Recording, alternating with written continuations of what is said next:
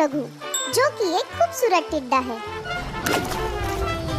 इसे अपना जीवन अपने तरीके से जीना पसंद है।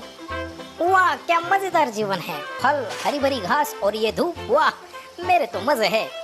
ये ताजे घास की खुशबू मेरे दिल को छू लेती है। दिन भर इधर उधर करना और पत्तों पर आराम करना उसे बेहद पसंद है। एक दिन ऐसे ही रघु एक घास का स्वाद उठा रहा था, तभी अचानक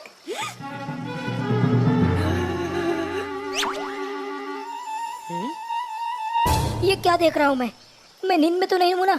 ये फल चलते हुए मेरी तरफ ही आ रहे हैं। पर फल कैसे चल सकते हैं? बचाओ बचाओ, कोई मेरी मदद करो। भूत भूत।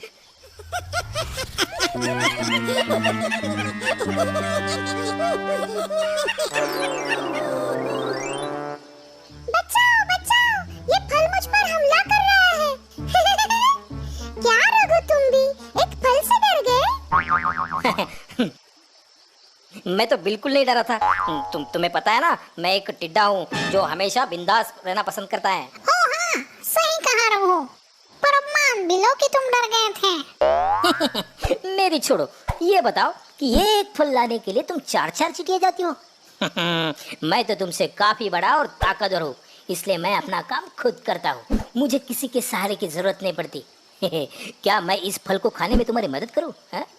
बकवास बंद करो रघु, ये फल अब खाने के लिए नहीं है। फिर सर्दियों के मौसम में काम आएंगे। सर्दियों के मौसम के लिए? वो देखो।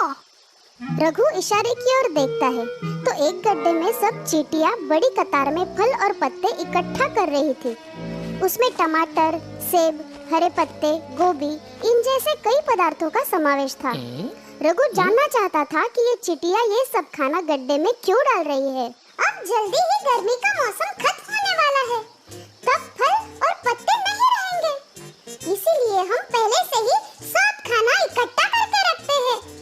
हमें पहले से ही तैयार रहना चाहिए, नहीं तो हम भूखे मर जाएंगे। तुम चींटी हो चींटी, इसलिए तुम्हें ज्यादा मेहनत करनी पड़ती है। मेरे लिए ये चुटकियों का काम है। इतनी भी जल्दी क्या है?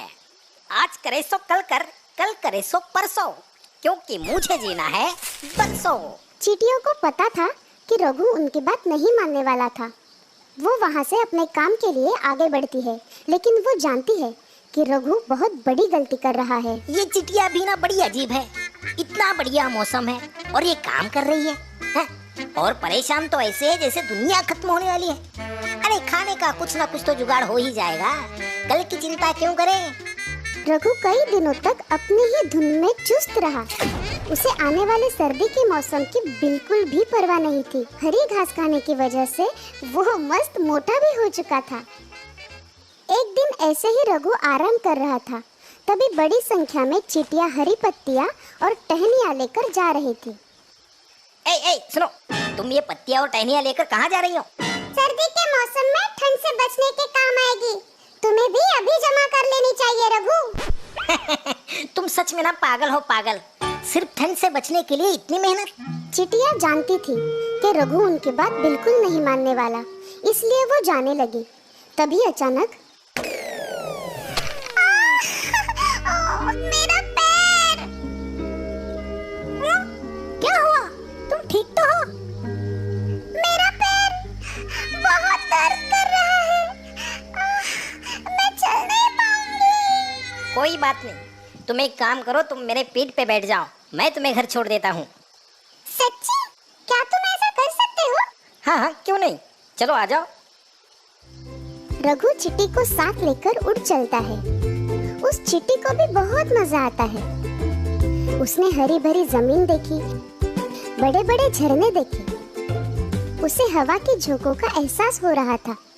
जब वो चींटी के घर के नजदीक पहुंचे तो रघु ने देखा कि बहुत सारी चींटियां पत्ते लेकर एक बड़े से गड्ढे में डाल रही थी। ये सब देखकर रघु दंग रह गया।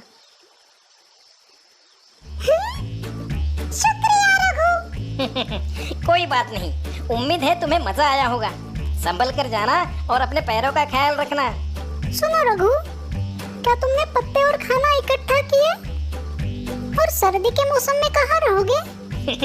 अरे मैं तो बड़ा हूँ, शक्तिशाली हूँ, कुछ ना कुछ तो बंदोबस्त कर ही लूंगा। कल की चिंता आज क्यों? हाँ? ऐसे बोलकर रघु वहाँ से उड़ निकला।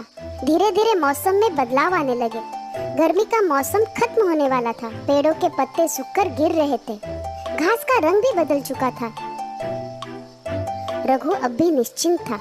खा खा के वो मोटा हो चुका था। वो अब बचे हुए हरे पत्तों का लाभ उठा रहा था। आजकल ये चींटियां नजर नहीं आती। लगता है वो भी मेरी तरह मौसम का मजा ले रही है। पर अब क्या फायदा, जब मौज मजा करने का समय था तब सारा समय वो काम में लगी हुई थी। सर्दी का मौसम आ गया। चारों ओर बर्फ गिर रही थी। हरी घास तो देखने भी नहीं मिल रही थी। पेड़ पौधे सूख गए थे। रघु अब खाने के लिए तरस रहा था, लेकिन अब बहुत देर हो चुकी थी। रघु को ठंड लग रही थी। वो गर्माहट वाली जगह ढूंढ रहा था। इसी हालत में हफ्तों बीत गए। रघु की सेहत खराब हो रही थी। उसके पास न कुछ खाने के लिए था और ना ही रहने के लिए कोई जगह। तभी अचानक उसे चींटियों ने कई बातें याद आती है। हमें पहले से ही तैयार रहना चाहिए, नहीं तो हम भूखे मर जाएंगे। कौन है? ओह, रघु तुम? ये क्या हुआ तुम्हें? मुझे माफ करना, मैंने बहुत बड़ी गलती कर दी। मुझे तुम्हारी बात मान लेनी चाहिए थी। मुझे कुछ खाने को दो, मुझे बहुत भूख लगी है। उन दोनों की बहस सुनकर उनकी मुख्य रानी चींटी और अन्य चींटियां भी बाहर आती है। हमारे पास बहुत खाना है। हम तुम्हें खाना दे सकते हैं, पर हम तुम्हें रहने नहीं दे सकते। लेकिन मैं... ये क्या? हमें इसे बचाना होगा। ये भूख से मर जाएगा। आखिर इसने मेरी मदद की थी। जब मेरे पैर में लगा था तब ये मुझे अपने पीठ पर बिठाकर घर छोड़ने आया था। चींटी रानी अपने साथीदारों को रघु के लिए टहनियों का घर बनाने कहती है और उसे हरे पत्ते खाने देती है। सब चींटियां मिलकर उसके लिए अच्छा सा घर बनाती है। फिर उसे अंदर ले जाकर गरम गरम सूप देती है। कुछ ही देर में रघु अपने पैरों पर खड़ा हो जाता है। धन्यवाद रानी साहिबा, आपने मेरी जान बचाई। तुम बहुत अच्छे हो रघु। तुमने हमारी चींटी की मदद की थी। हमने इस बार तुम्हारी मदद की। पर याद रखना, हमें हमेशा आने वाले कल के लिए तैयार रहना चाहिए। मैं समझ गया रानी साहिबा, मैं फिर ऐसी गलती नहीं करूँगा।